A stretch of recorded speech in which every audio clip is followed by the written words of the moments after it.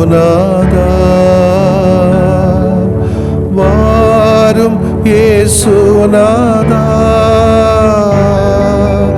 எந்தன் இதயம் தேடிடும் அன்பே நீ வாரும் இயேசுநாதா வாரும் இறைவனே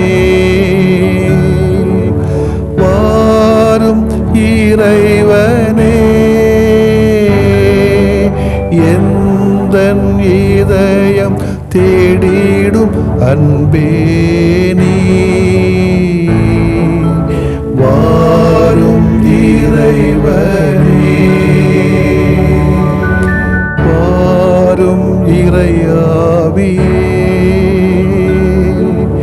வாரும் இறையாவியே எந்தன் இதயம் தேடிடும் அன்பே நீ வாரும் இறையாவியே.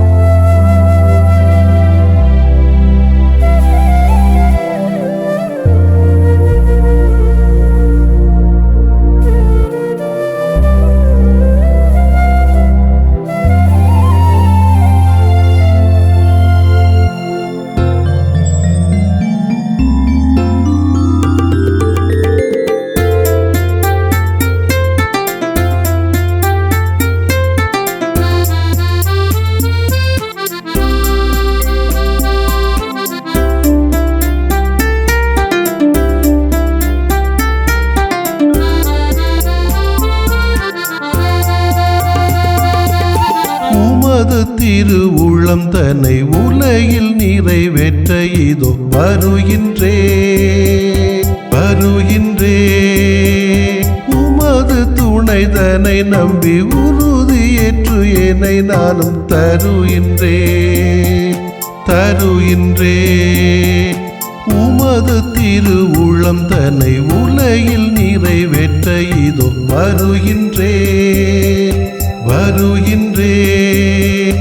உமது துணைதனை நம்பி உறுதியேற்று என்னை நானும் தருகின்றே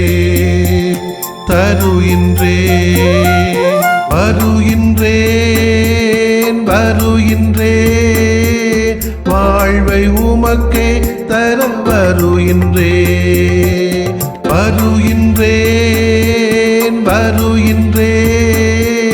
வாழ்வை உமக்கே தர வருகின்றே.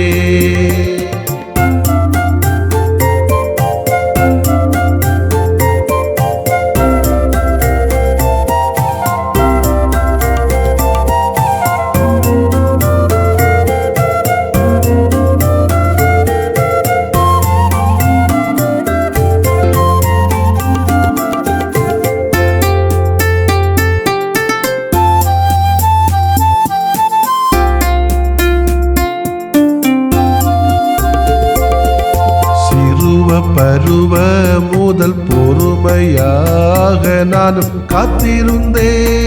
தினம் காத்திருந்தே சிறிய என் பக்கம் சாய்ந்து எனது இதய வேண்டல்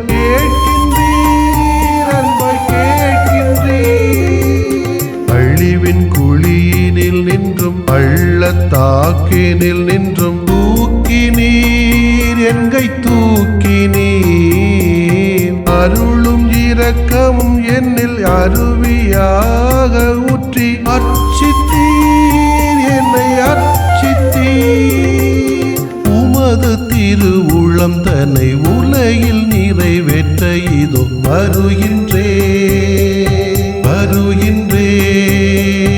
உமது துணைதனை நம்பி உறுதியேற்று என்னை நானும் தருகின்றே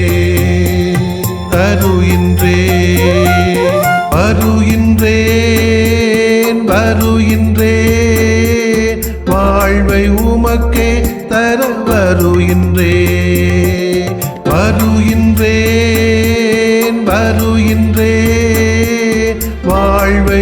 உமக்கே தர வருகின்றே.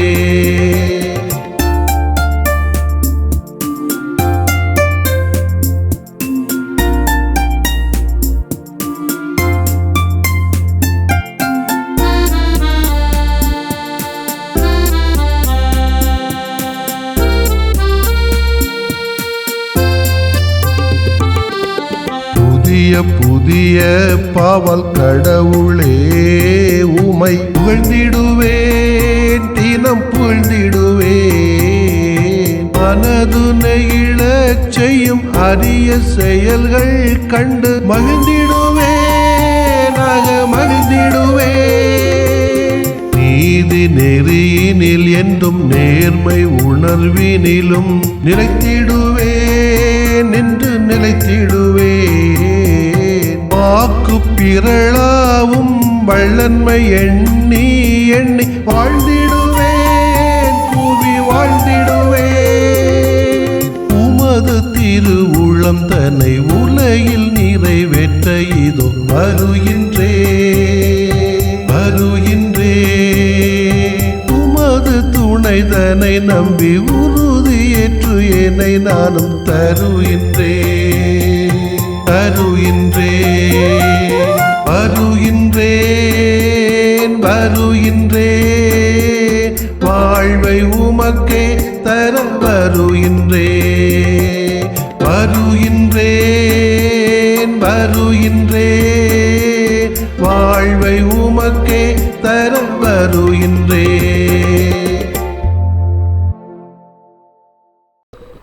இதோ கருவுற்று ஒரு மகனை பெறுவீர். லூக்கா நற்செய்தி அத்தியாயம் 1 இறை வார்த்தைகள் 26 முதல் 38 வரை. 6ஆம் மாதத்தில் கபிரியேல் என்னும் வானதூதரை கடவுள் கலிலேயாவில் உள்ள நாசரேத் என்னும் ஊரிலிருந்து ஒரு கன்னியிடம் அனுப்பினார். அவர் தாவீது குடும்பத்தினராகிய யோசேப்பு என்னும் பெயருடைய ஒருவருக்கு மன ஒப்பந்தமானவர். அவர் பெயர் மரியா. வானதூதர் மரியாவுக்கு தோன்றி, அருள் நிறைந்தவரே வாழ்க, ஆண்டவர் உம்மோடு இருக்கிறார் என்றார். இவ்வார்த்தைகளை கேட்டு அவர் கலங்கி இந்த வாழ்த்து எத்தகையதோ என்று எண்ணிக்கொண்டிருந்தார். வானதுதர் அவரை பார்த்து, மரியா, அஞ்ச வேண்டாம், கடவுளின் அருளை கண்டடைந்துள்ளீர். இதோ கருவுற்று ஒரு மகனை பெறுவீர். அவருக்கு இயேசு என்னும் பெயரிடுவீர். அவர் பெரியவராயிருப்பார், உன்னத கடவுளின் மகன் எனப்படுவார். அவருடைய தந்தை தாவீதின் அரியணையை ஆண்டவராக கடவுள் அவருக்கு அளிப்பார். அவர் யாக்கோபின் குடும்பத்தின் மீது என்றென்றும் ஆட்சி செலுத்துவார். அவருடைய ஆட்சிக்கு முடிவே இராது என்றார். அதற்கு மரியா வானதுதரிடம், இது எப்படி நிகழும்? நான் கன்னி ஆயிற்றே என்றார். வானதுதர் அவரிடம், தூய ஆவி உம்மீது வரும், உன்னத கடவுளின் வல்லமை உம்மேல் நிழலிடும். ஆதலால் உம்மிடம் பிறக்க போகும் குழந்தை தூயது, அக்குழந்தையின் இறைமகன் எனப்படும். உறவினராகிய எலிசபெத்தும் தம் முதிர்ந்த வயதில் ஒரு மகனை கருத்தரித்திருக்கிறார். கருவுரை இயலாதவர் என்று சொல்லப்பட்ட அவருக்கு இது 6ஆம் மாதம், ஏனெனில் கடவுளால் இயலாதது ஒன்றுமில்லை என்றார். பின்னர் மரியா, நான் ஆண்டவரின் அடிமை, உம் சொற்படி எனக்கு நிகழட்டும் என்றார்.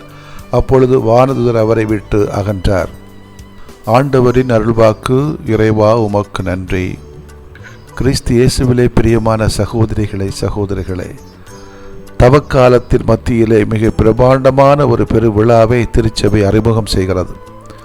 கிறிஸ்து பிறப்பின் அறிவிப்பு விழா. இந்த நாளிலிருந்து எண்ணி பார்த்தால் 9 மாதங்கள் கழித்து ஆண்டவர் இயேசு டிசம்பர் மாதம் பிறப்பார். அதான் உண்மை. இந்த விழா 5ஆம் ஆண்டிலே கொண்டாடப்பட்டதற்கான சான்றுகள் கண்டுபிடிக்கப்பட்டுள்ளன. தொடக்கத்தில் இந்த விழா மார்ச் மாதம் 25ஆம் நாள் கொண்டாடப்பட்டது. கிறிஸ்து பிறப்பு விழாவிற்கு 9 மாதங்களுக்கு முன் கொண்டாடப்பட்டது. இது தவக்காலம் அல்லது உயிர்ப்பு பெருவிழாவின் காலங்களில் வந்தால் இவ்விழா குறித்து காட்டும் மகிழ்ச்சி பண்புகளை வெளிப்படுத்த முடியாத சூழ்நிலை ஏற்பட்டதால், எனவே பிற்காலங்களிலே டிசம்பர் 18ஆம் தேதிக்கு இந்த விழா மாற்றி அமைக்கப்பட்டது. கொஞ்சம் வரலாறு தெரியணுங்கிறதுக்காகத்தான் சொல்கிறேன் இதை. இந்த விழாவானது மரியாளின் முன்னறிவிப்பு, இயேசு கருவிலே உருவான விழா, இறைமகன் மனிதரான விழா என பல பெயர்களால் அழைக்கப்பட்டது. 1969ஆம் ஆண்டிற்கு பிறகு நடந்த வழிபாட்டு மறுசீரமைப்புக்கு பின் இந்த விழாவானது கிறிஸ்து பிறப்பின் அறிவிப்பு பெருவிழா என்று அழைக்கப்பட்டது. புதிய திருவழிபாட்டு ஒழுங்கின்படி இந்த விழா மார்ச் மாதம் 25ஆம் நாள் கொண்டாடப்பட வேண்டும். புனித வாரத்திலோ அல்லது உயிர்ப்பின் விழாவின் வாரத்திலோ வந்தால் உயிர்ப்பு வாரத்திற்கு அடுத்து வரும் திங்கட்கிழமை கொண்டாடப்பட வேண்டும். இது தவக்காலத்தில் கொண்டாடப்பட்டாலும் பெருவிழாதான். அவ்வளவு சிறப்பு பாருங்கள். இந்த உலகத்தில் எந்த நபருக்குமே பிறப்பின் முன்னறிவிப்பு செய்யப்படவில்லை. பட்டிருந்தால் சொல்லுங்க, எனக்கு தெரியாமல் இருந்திருக்கும். ஒருவேளை இயேசுனுடைய பிறப்பை முன்னிட்டுத்தான் மரியாளுக்கு இந்த பிறப்பின் முன் அறிவிப்பு கொடுக்கப்பட்டுள்ளது. உனக்கு வயிற்றுக்குள்ள ஒரு குழந்தை பிறக்கும், கரு உருவாகும். அவர் ஒரு தூய புனிதமான ஒரு ஆண்டவர், ஒரு மெசியா, ஒரு மீட்பர் இயேசு என்ற பெயரிலே பிறப்பார். இதை ஒரு கன்னி கழியாத ஒரு பெண் எப்படி ஏற்றுக்கொள்வாள் என்று நீங்கள் கற்பனை செய்து பார்த்து கொள்ளுங்கள். இந்த விழாவின் பெயர் மரியாளின் மீட்பு பணியில் பங்கு குறைவதாக அர்த்தம் கொள்வதற்காக கொடுக்கப்படவில்லை. மாறாக இந்த விழா இயேசுவின் மீட்பு பணியில் அவருக்கு கொடுக்கப்படுகிற முக்கியத்துவத்தை குறிப்பதாகத்தான் அமைகிறது. எனக்கு என்ன சிந்தனை வருதுன்னா, இறைவார்த்தை இறை திருவுளம் தெரிந்து அதன் ஏற்றபடி அதை தாழ்ச்சியோடும் கீழ்ப்படிதலோடும் ஏற்றுக்கொண்டு அதற்கேற்ப துணிந்து அர்ப்பணித்து கொண்டால் இந்த உலகம் நம்மை புனிதராக மாற்றும். அன்னை மரியாளை போல என்ற ஒன்று முக்கியமான செய்தியை கொடுத்தாலும் ஒரு ஆழமான விசுவாசம் தேவைப்படுதோ என்று தோன்றுகிறது. இந்த விஷயத்தில் இது எப்படி புரிஞ்சுகிறது, இது எப்படி ஏற்றுக்கொள்கிறது? இயேசுவின் பிறப்பை பற்றிய பல கேள்விகள் இன்றும் நம்முடைய முன்னால் வைக்கப்படுகிறது. இயேசு மனிதராக பிறந்தாரா, இல்லை கடவுளாகவா தான் பிறந்தாரா? இயேசுவுக்கு அப்பன் யாரு? இயேசு எப்படி மாதாவிடம் வந்து பிறந்தார்? அன்னை மரியாள் எப்படி கன்னியாக கருவுற முடியும்?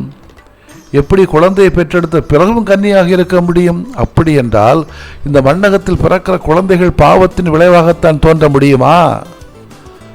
கணவன் மனைவிக்கு இடையேயான உறவு புனிதமில்லையா?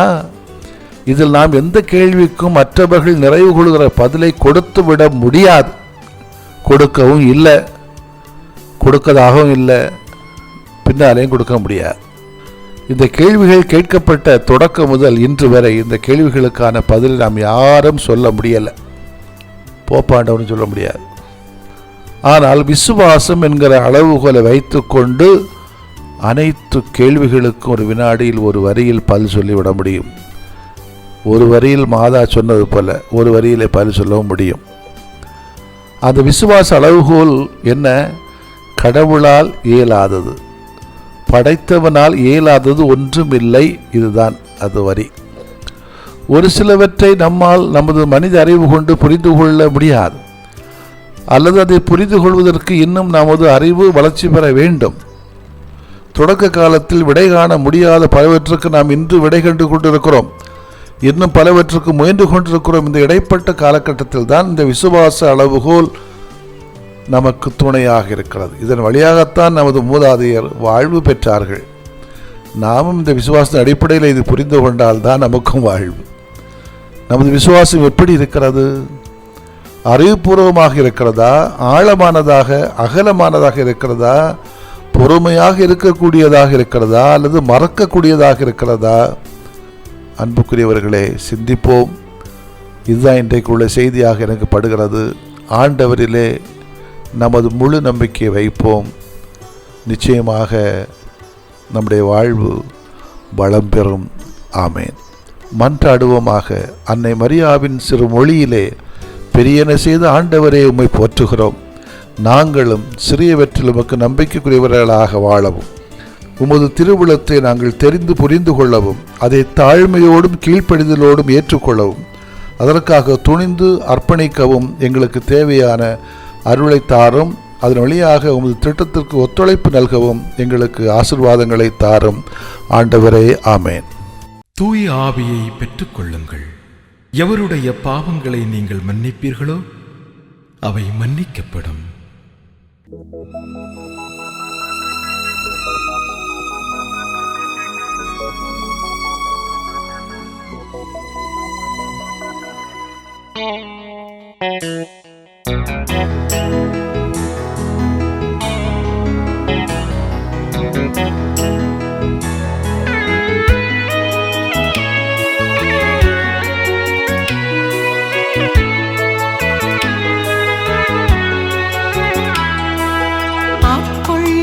ஆட்கொள்ளவாரும்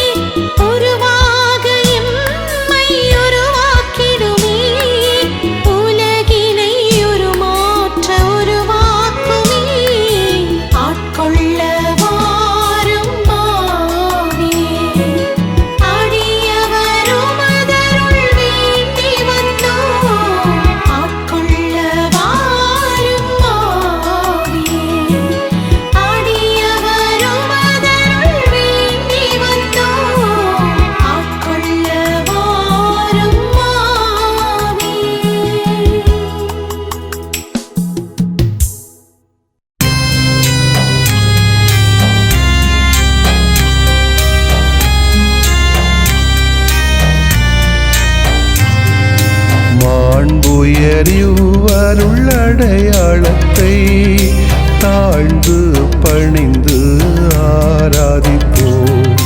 பழைய நியம முறைகள் அனைத்தும் இனி மறைந்து முடிவு பெறுக. புதிய நியம முறைகள் வருக. புலன்களாலே மனிதன் இதனை அறிய இயலா. குறைகள் நீக்க நம்பிக்கையின் உதவி பெறுக.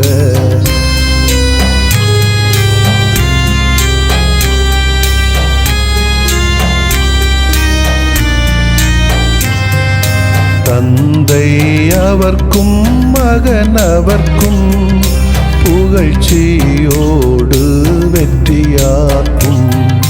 மீட்பின் பெருமை மாட்சிமையோடு வலிமை வாழ்த்து யாவுமாக.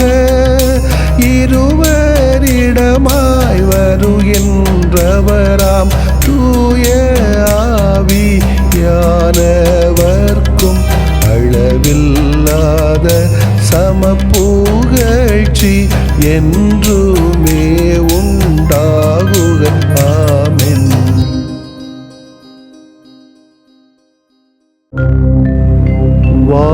வானின்று அவர்களுக்கு அப்பமளித்தீரே,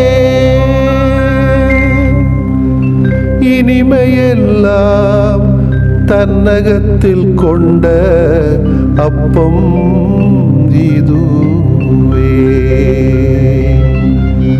மன்றாடுவோமாக. இறைவா, இந்த வியப்புக்குரிய அருளடையாளத்திலே உம்முடைய பாடுகளின் நினைவு எங்களுக்கு விட்டு சென்றீ.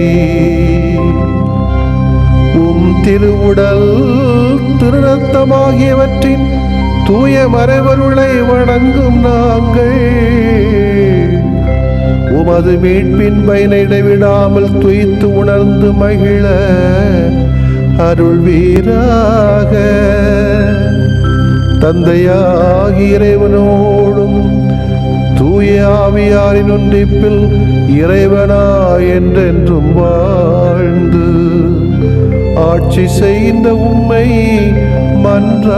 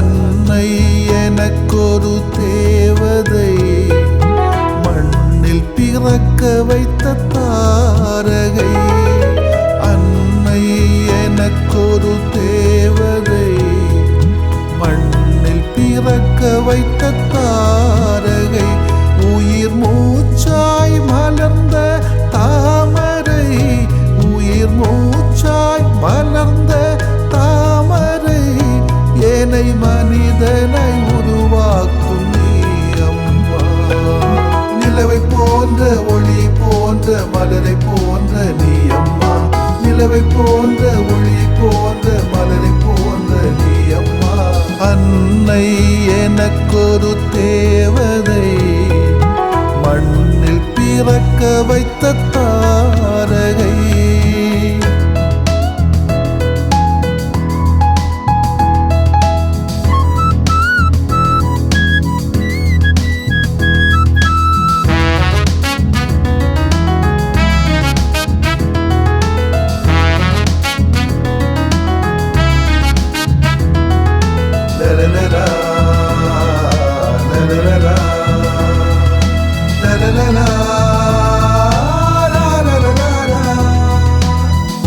என் முகம் வாட உன்னகம் வாடுதே,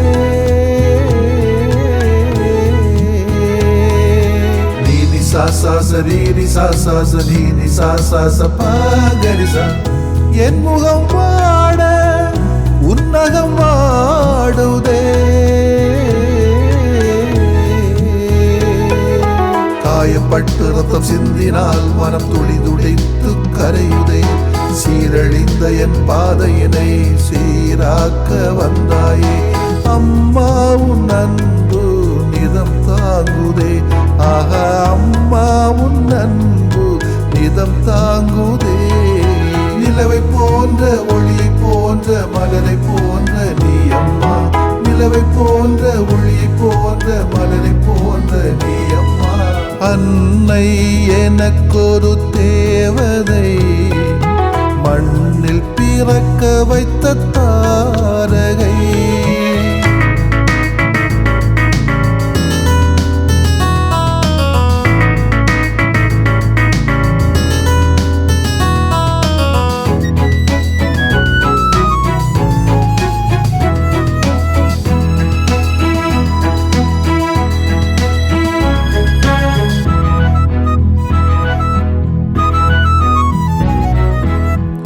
என்னுடல் நாளிய உன்னுடல் வெளியுதம்மா,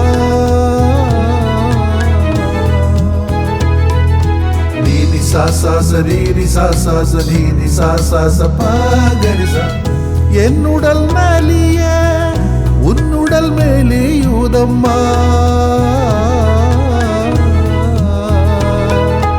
என்னை காத்திட உயிரை தந்து உன் ஆசைகளை துறந்தாயே.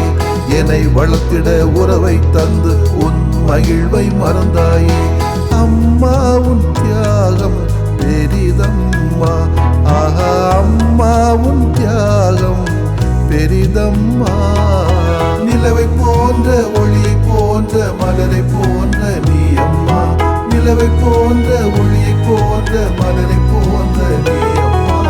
அன்னை எனக்கொரு தேவதை, மண்ணில் பிறக்க வைத்த தாரகை.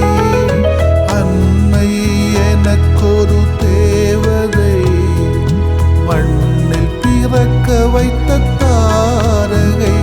உயிர் மூச்சாய் மலர்ந்த தாமரை, உயிர் மூச்சாய் மலர்ந்த தாமரை. என்னை மனிதனை உருவாக்கும் நீ அம்மா. அன்னை என் புகழுக்குரிய தூய இறை நன்மைக்கு எல்லா காலமும் தொழுகையும் புகழும் போற்றியும் ஆட்சிமையும் உண்டாக கடவது. போற்றியும் ஆட்சிமையும் உண்டாக கடவது. தந்தை, மகன், தூய ஆவியாரின் பெயராலே ஆமென்.